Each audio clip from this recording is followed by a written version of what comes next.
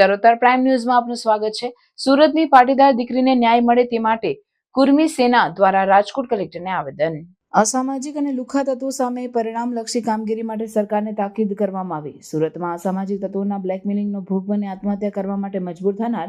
નિર્દોષ પાટીદાર દીકરીને યોગ્ય ન્યાય મળે અને આરોપીઓને કડકમાં કડક સજા થાય તેવી માંગ સાથે આંતરરાષ્ટ્રીય કુર્મી સેના દ્વારા રાજકોટ કલેક્ટરના માધ્યમથી મુખ્યમંત્રી ભૂપેન્દ્ર પટેલને આવેદનપત્ર પાઠવવામાં આવ્યું। આવેદનપત્રમાં રાજ્ય સરકાર દ્વારા સુરતના કેસમાં કડક કામગીરી કરવા ઉપરાંત સમગ્ર રાજ્યમાં અસામાજિક અને લુખ્ખા તત્વો જે રોમિયોગીરી કરી અને નિર્દોષ દીકરીઓને ફસાવતા હોય છે અને ત્યારબાદ તેનું શારીરિક અને આર્થિક શોષણ કરતા હોય છે,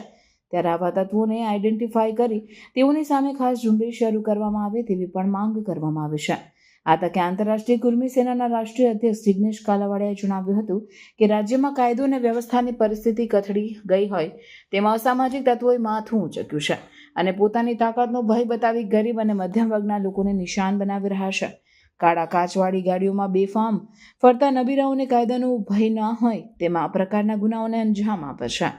ત્યારે તંત્ર દ્વારા સ્પેશિયલ ડ્રાઈવ ચલાવી આવા તત્વો પર લગામ કસવાની જરૂર છે। આજના આવેદનમાં આંતરરાષ્ટ્રીય કુર્મી સેનાના મહામંત્રી ચિરાગ કાકડિયા, વિજયભાઈ શિયાણી, નરેન્દ્ર પટેલ, નિલેશભાઈ વાછાણી, હરેશભાઈ બુસા, કેતન તાળા, ચિરાગ રીબડિયા, સુરેશભાઈ પાટીલ, રમેશભાઈ સોરઠિયા, મરુભાઈ સાવલિયા, દીપકભાઈ પટેલ, ચંદ્રેશભાઈ સવસાણી, સંજયભાઈ ખીરસરિયા, કિશનભાઈ વેકરિયા, પ્રદીપભાઈ ગોકાણી સહિતના આગેવાનો જોડાયા હતા અને ભવિષ્યમાં આ પ્રકારની ઘટનાઓ પુનરાવર્તિત ન થાય તે માટે કાર્યરત થવા મુખ્યમંત્રી ભૂપેન્દ્ર પટેલને અપીલ કરવામાં આવી હતી। ગુજરાતમાં વ્યાપક રોષ છે। સમાજની સંસ્થાઓએ પણ મુખ્યમંત્રી શ્રી પોતાની જાતની વ્યક્ત કરી।